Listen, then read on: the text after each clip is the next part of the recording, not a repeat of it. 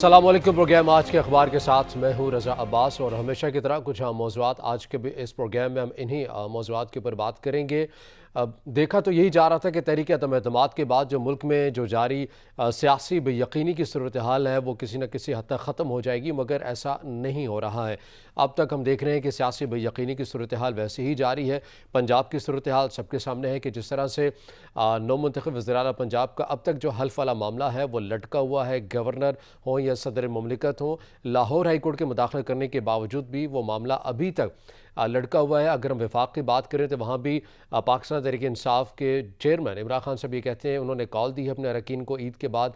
ये बज़ाहिर लग रहा है कि ईद के बाद वो कॉल दे सकते हैं अपने कारकुनान को इस्लामाबाद आने की। बहरहाल उन्होंने तैयार रहने की हिदायत कर दी अपने कारकुनान को। तो एक बेयकीनी की सूरत हाल हम देख रहे हैं और फिर नई हुकूमत है, नए चैलेंजेस भी हैं माशी तौर के ऊपर। हमने देखा कि IMF के साथ डील भी की जा रही है।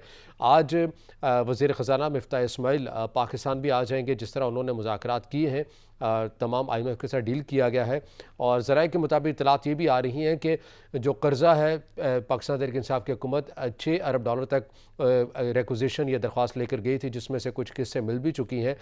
मगर अब जो नई मखलूत हुकूमत है वो ये कह रही है कि म्याद को बढ़ा दिया जाए, यानी इसे कर्ज़ को 8 अरब तक ये लेकर जाया जाए। और इसके ऊपर ये भी ज़राए के मुताबिक खबरें सामने आ रही हैं कि IMF भी इस मामले के ऊपर हतमी ऐलान कर सकता है और उसको इस चीज़ के अंदर या म्याद बढ़ाने के हवाले से कोई एतराज़ नहीं है। बहरहाल सख्त शराइत IMF की उसी तरह बरकरार है और पेट्रोलियम मसनूआत या बिजली महंगी करने के हवाले से IMF बार बार इस चीज़ के ऊपर जोर भी डालता हुआ नज़र आ रहा है कि आपको इन अशिया की, इन चीज़ों की जो कीमतें हैं वो बढ़ानी होंगी। जबकि बात करें हुकूमत का जो मौक़िफ़ ये है वो भी इस चीज़ के ऊपर इंदिया दे दिया है मिफ्ताह इस्माइल साहब ने कि यकीनी तौर पर जो पेट्रोलियम मसनूआत की जो कीमतें हैं उनमें इजाफ़ा करना होगा। सब्सिडी इतने बड़े लेवल के ऊपर नहीं दी जा सकती जो साबिक़ा हुकूमत दे रही थी।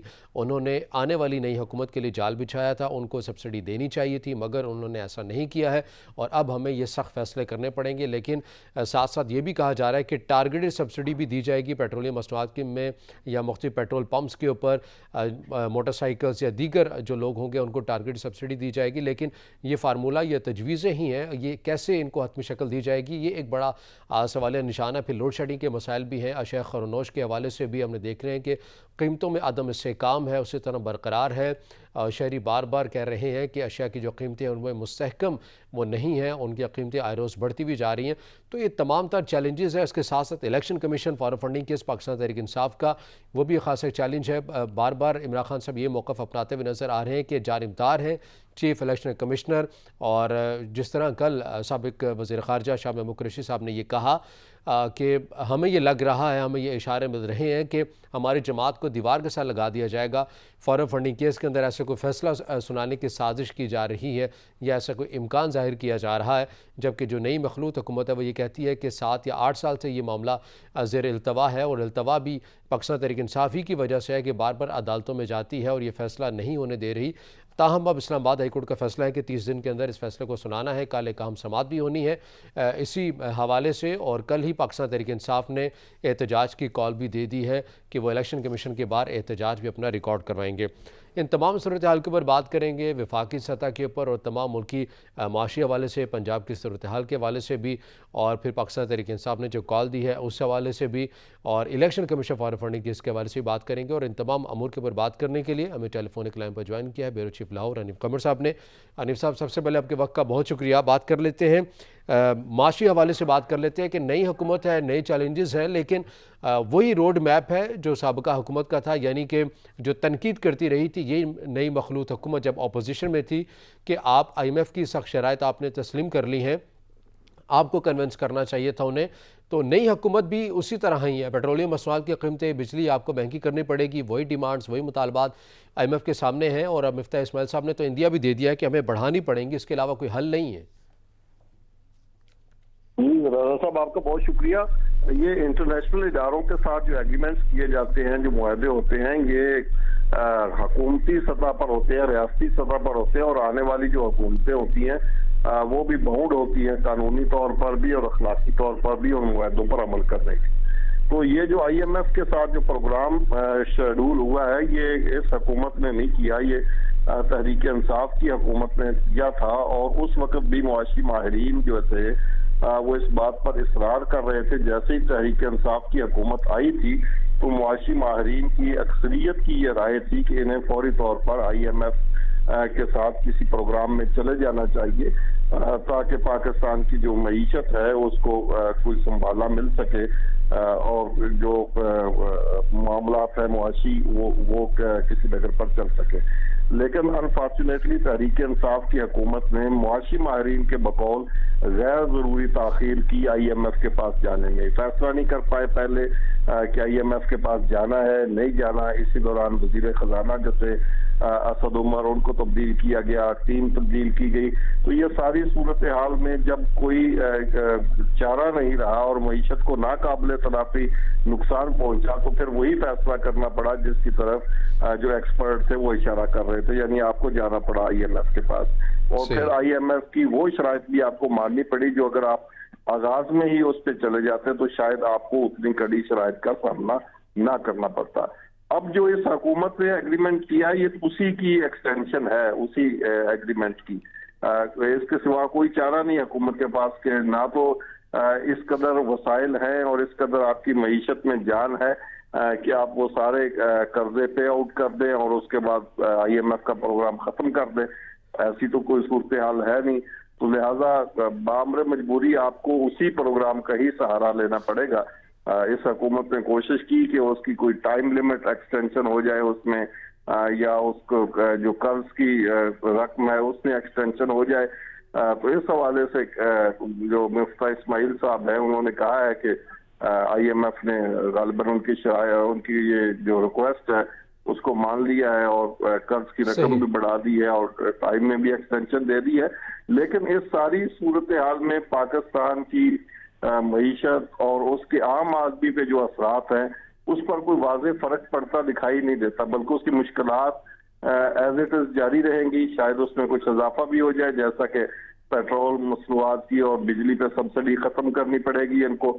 जब सब्सिडी खत्म करेंगे तो उससे कीमतें बढ़ेंगी और कीमतें बढ़ने का ही मामला था जिसकी वजह से तहरीक इंसाफ की हुकूमत को बहुत ज्यादा तनकीद का, अवामी तनकीद का भी और अपोजिशन की तनकीद का भी सामना करना पड़ रहा था।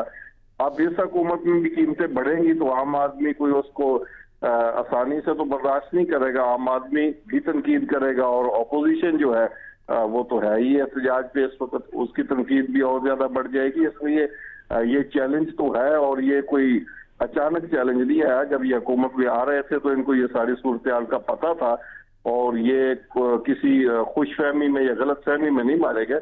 इनको सारी सूरत हाल का इल्म था और इन्होंने इल्म होते हुए इस चैलेंज को कबूल किया। लेकिन कल इंटरव्यू दे रहे थे साबिक वज़ीर ख़जाना अपना तरीन साहब, वो ये कहते हुए नज़र आए कि हमने इतनी मिकदार के ऊपर जो हमारा जो ख़जाना है उसके अंदर रकम मौजूद है कि अगर ये पेट्रोलियम मसनूआत के ऊपर जो कीमतें हैं, ये सब्सिडी, इसके ऊपर भी मामला चलता रहता है तो कोई फ़र्क नहीं पड़ेगा। हमने तो मुल्की रेवेन्यू के अंदर इतने पैसे कमा के ये टैक्स महसूलात की मद में, ये दीगर इसकी मद में हमने तो डाल दिए हैं पैसे। लेकिन अब नई हुकूमत आई है, अपना नया बयानिया ले रही है। लेकिन जब हम बात करते थे मईशत के ऊपर या इनकी कीमतें बढ़ाने के ऊपर तो हम पर तनकीद की जाती थी। हमने तो पूरा एक प्लेटफॉर्म बना कर दे दिया है। इनको चाहिए कि ये ना कीमतें बढ़ाएं, सब्सिडी या महसूलात इतने हैं कि आप इसे सब्सिडी अफोर्ड कर सकते हैं। एक तो बात होती है तनकीद बराए तनकीद की, वो तो जब नवाज शरीफ की हुकूमत खत्म हुई थी और PTI की हुकूमत आई थी तो इन्होंने भी यही कहा था कि खजाना बिल्कुल खाली है और कोई कुछ भी नहीं है। दूसरी साइड पे जो जाने वाले थे वो कह रहे थे कि नहीं, देखिए हम इतनी GDP इस लेवल पे छोड़ के जा रहे हैं, हम जो है खजाना ये भरा हुआ है और ये सारी चीजें, वो उनको सब कुछ हरा हरा नजर आ रहा था। तो ये तो अपोजिशन और हुकूमत का जो एक बयानिया है वो चलता ही रहता है। अगर जहाँ ये शौकत तरीन साहब फरमा रहे हैं कि इतनी ही मईशत बहुत अच्छी थी, तो फिर तो आवाम को रिलीफ मिलने चाहिए थे, फिर क्यों नहीं मिले? ये सारी दुनिया को पता है और तमाम तर एक्सपर्ट इस बात पर मुत्तफिक है कि आखिरी दिनों में पेट्रोल की कीमत में जो इजाफा नहीं किया था हुकूमत ने, वो एक सियासी चाल थी, क्योंकि हुकूमत अपने एतमाद की तहरीक का सामना कर रही थी। अपोजिशन जो है वो जोरावर हो चुकी थी। उस वक्त इनका ख्याल था कि अगर हमने इस मौका पर कीमतें बढ़ाई तो अवाम में भी एक और लहर उठेगी।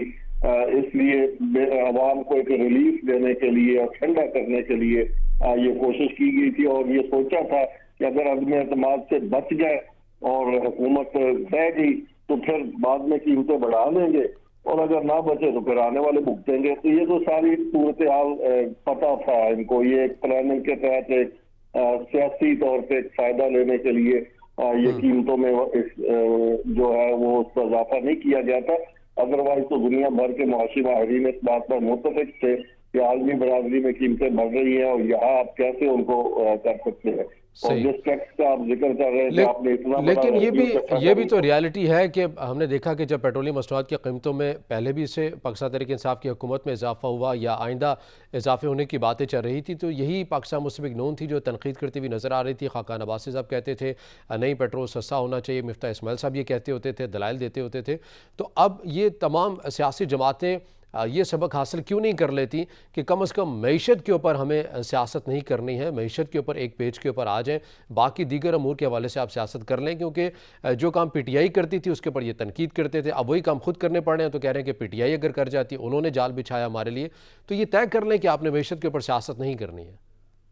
थोड़ा फर्क जरूर है। ये बात बिल्कुल ऐसे ही है कि जब आप अपोजिशन में होते हैं तो आप उन बातों पे भी तनकीद कर रहे होते हैं जो आपको सामने नजर आ रही होती है कि इसके सिवा कोई चारा नहीं, लेकिन जब हुकूमत में आते हैं तो फिर आपको वो सूरत हाल फेस करना पड़ती है।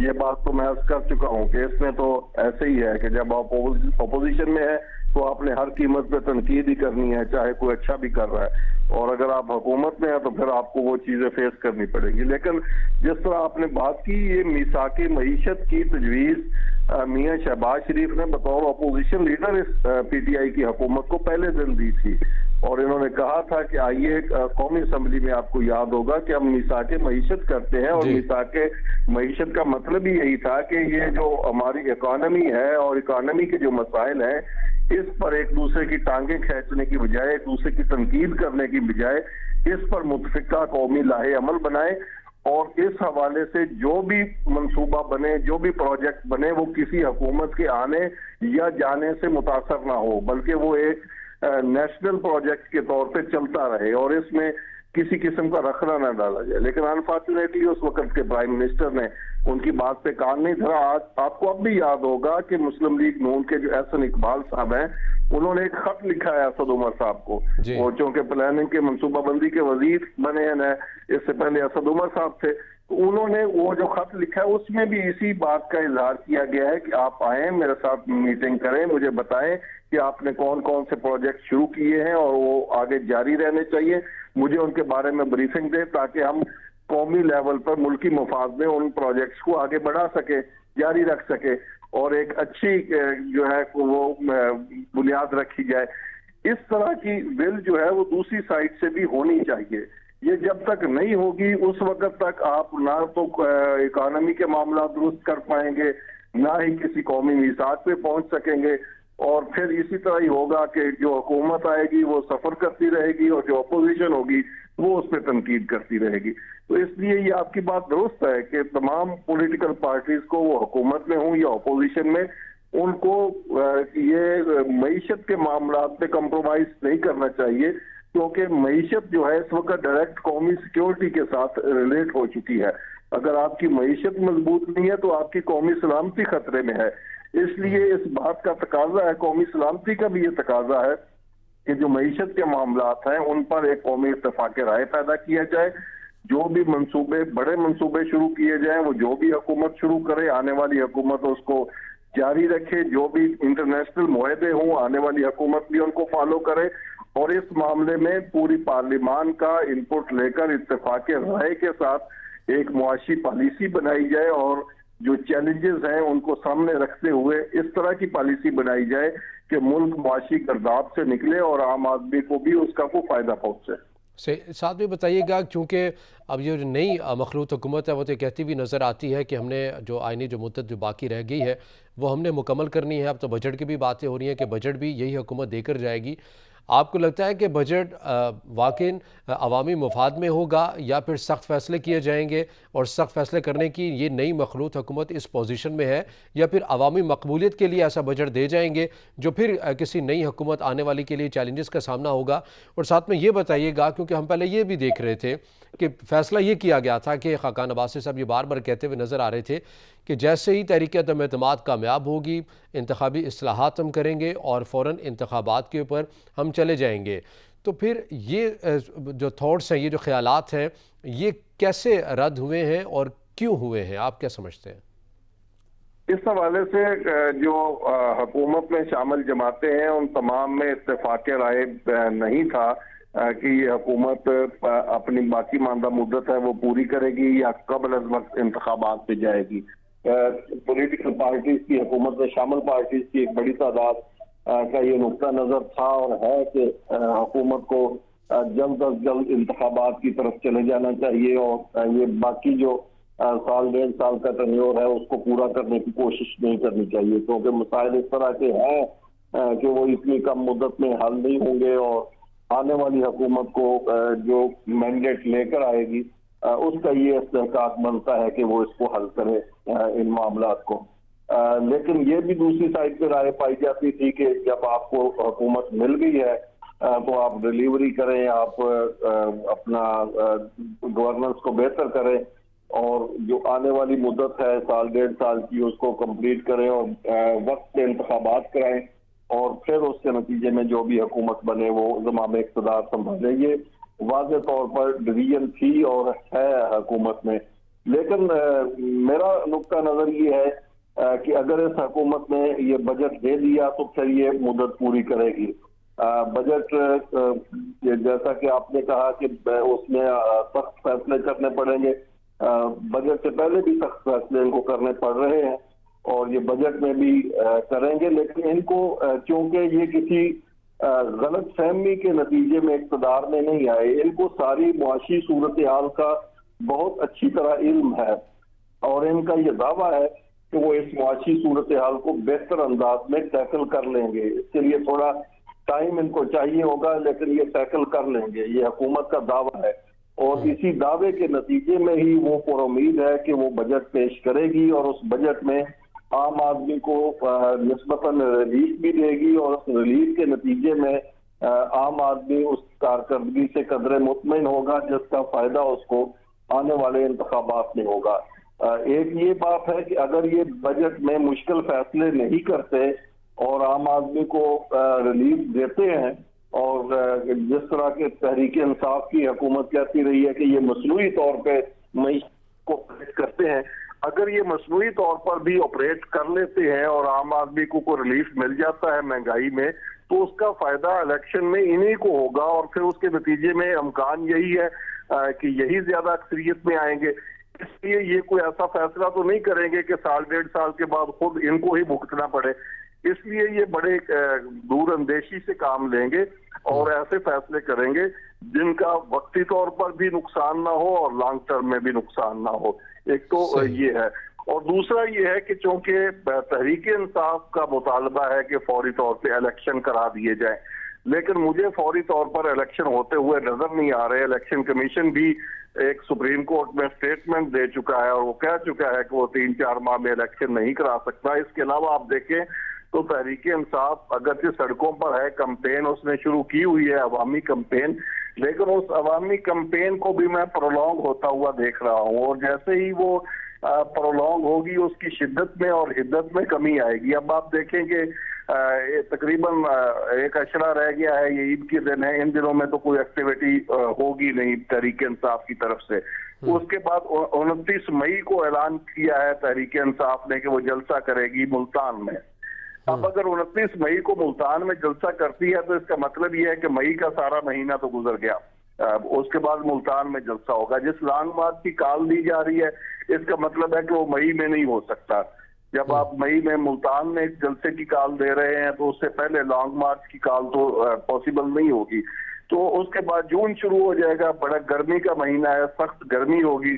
उस गर्मी में आपके लिए पॉसिबल नहीं होगा सियासी तौर पर कि आपको बहुत बड़ा लॉन्ग मार्च जो है वो लॉन्च कर सके और उसके बाद लॉन्ग मार्च का भी आप सियासी तौर पर उसी सूरत फायदा उठा सकते हैं जबकि वो एक तो बहुत बड़ी तादाद में लोगों को आप निकालने में कामयाब हो जाएं, और दूसरा फिर ये कि आप इस्लामाबाद को चोक कर सकें। अगर आप निज़ाम हुकूमत मुअत्तल करके हुकूमत पे इतना प्रेशर डाल सकें कि वो बेबस हो जाए, तो फिर ही आपका मुतालबा माना जाएगा। अदरवाइज तो आप लॉन्ग मार्च करेंगे, जलसा करेंगे और बात खत्म हो जाएगी।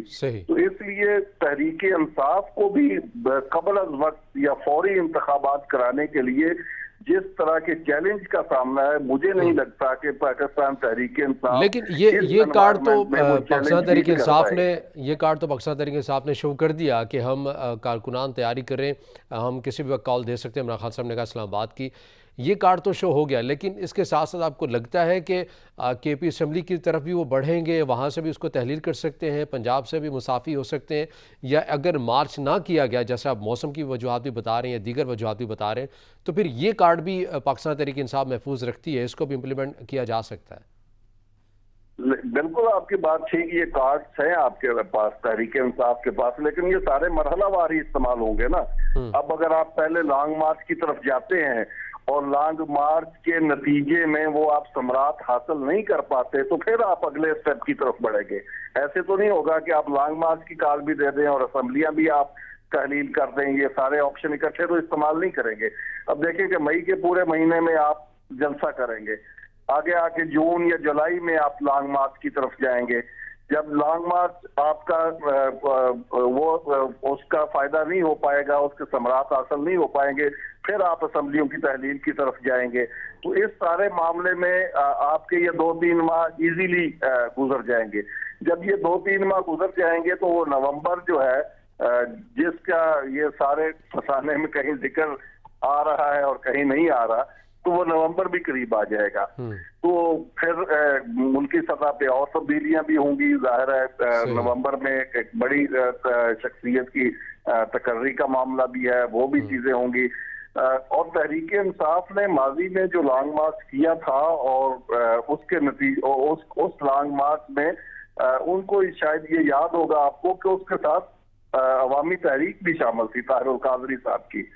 और ताहिरुल कादरी साहब की इतनी बड़ी सपोर्ट थी कि उसी सपोर्ट ने ही उस लॉन्ग मार्च और धरने को 126 दिन तक बरकरार रखने में सहारा दिया था। और इसके साथ साथ उनको दूसरी दीदा और नादीदा कुव्वतों की सपोर्ट भी हासिल थी।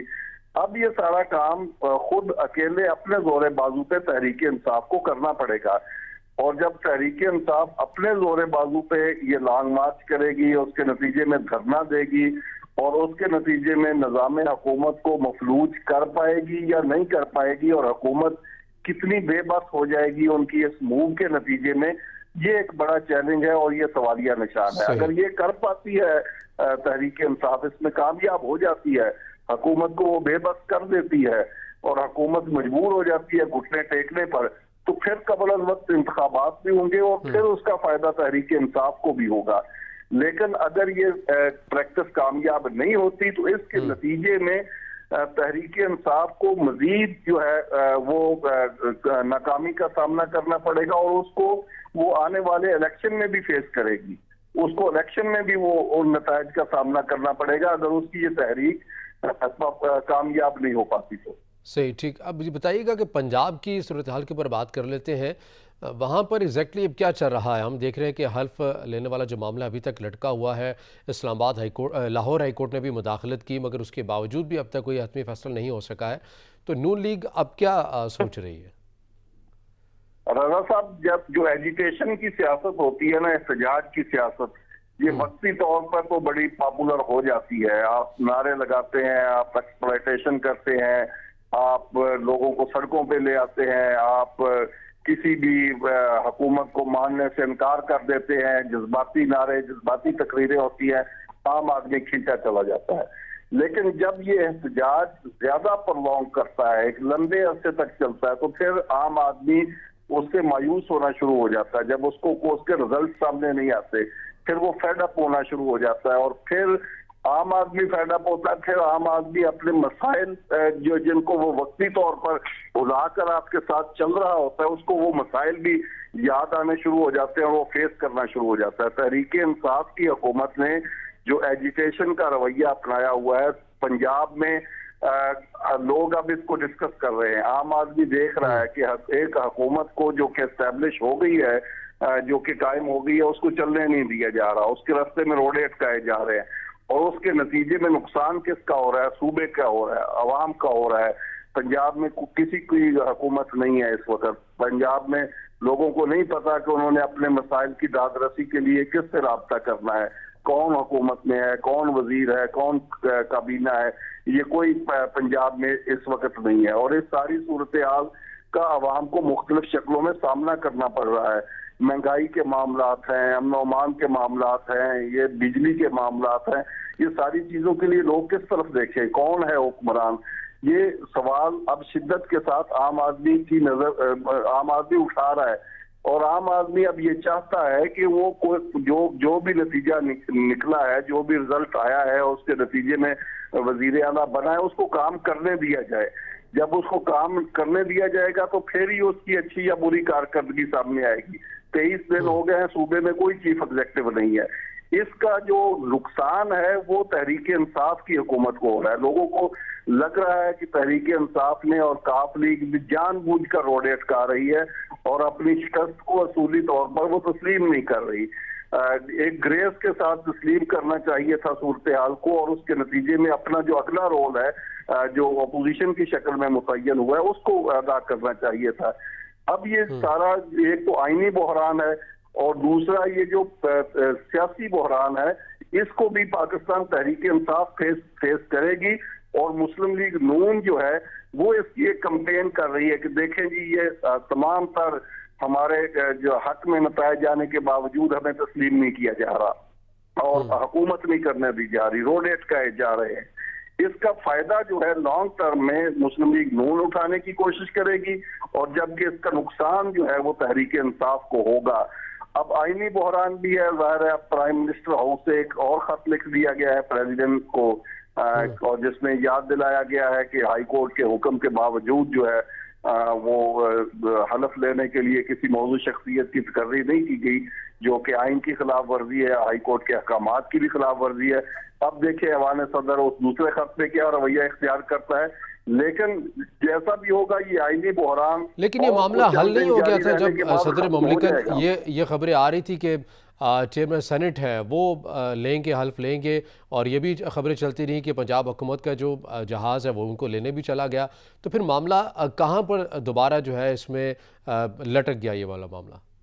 ये भी बिला वजह के रोडे अटकाए गए। वाने सदर ने वर्बली ऑर्डर कर दिए थे, वर्बली ये कह दिया था कि चेयरमैन सेनेट जो है वो ओथ लेंगे और इस हवाले से यहाँ गवर्नर हाउस को भी इतला कर दी गई। यहाँ पे कुर्सियां भी लग गई, तैयारी भी शुरू हो गई थी। जिस तरह आपने कहा जहाज भी वहाँ पे चेयरमैन सेनेट को लेने के लिए पहुंच चुका था, लेकिन इसके लिए एक तहरीरी जरूरी थी सिफारिश, लेकिन वो ऐवान सदर ने तहरीरी तौर पर ये अहकाम जारी नहीं किए, वर्बली जारी किए, जिसकी वजह से ये सारा का सारा रूबामल ना हो सका।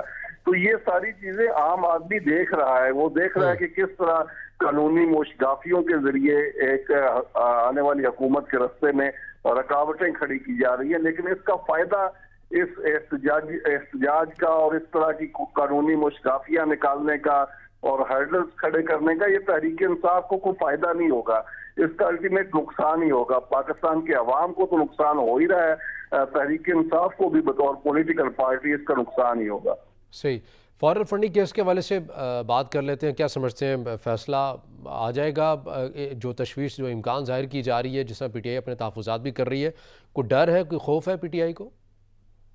देखिए, तहरीक इंसाफ ने जिस वक्त भी ये फॉरेन फंडिंग केस का मामला माजी में सुनने की कोशिश की इलेक्शन कमीशन ने, तो इसको लटकाया गया, इसको खुद मुलतवी करने की दरखास्तें की गई और ये मामला लटकते लटकते आज के दिन तक आ पहुंचा। अगर हुकूमत में होते हुए तहरीक इंसाफ इस केस के रास्ते में रुकावटें ना डालती तो शायद इसका फैसला भी कोई इस तरह आ जाता कि तहरीक इंसाफ को उसका शायद ज्यादा नुकसान ना पहुंचता अगर बर वक्त इसका फैसला हो जाता। लेकिन उस वक्त भी तहरीक इंसाफ ने खुद लटकाया इस मामले को, अब भी खुद पोस्टपोन सही। करना चाह रही है और ये ठीक है, चाहती बार है बार कि इस ये मामले के फैसला ना ऊपर हो। इल्तवा का शिकार है और पाकिस्तान तहरीक इंसाफ की ही कोशिश है कि ये मामला जितनी देर तक इल्तवा का शिकार रहे, शायद वो समझते हैं कि यही बेहतर हिकमत अमली होगी या फिर तमाम जमातों के फैसले बर वक्त सुनाए जाए। ब्यूरो चीफ लाहौर अनिल कमर साहब हमारे साथ मौजूद थे। आपके वक्त का बहुत शुक्रिया। नाज़रीन, आज के प्रोग्राम से इतना ही।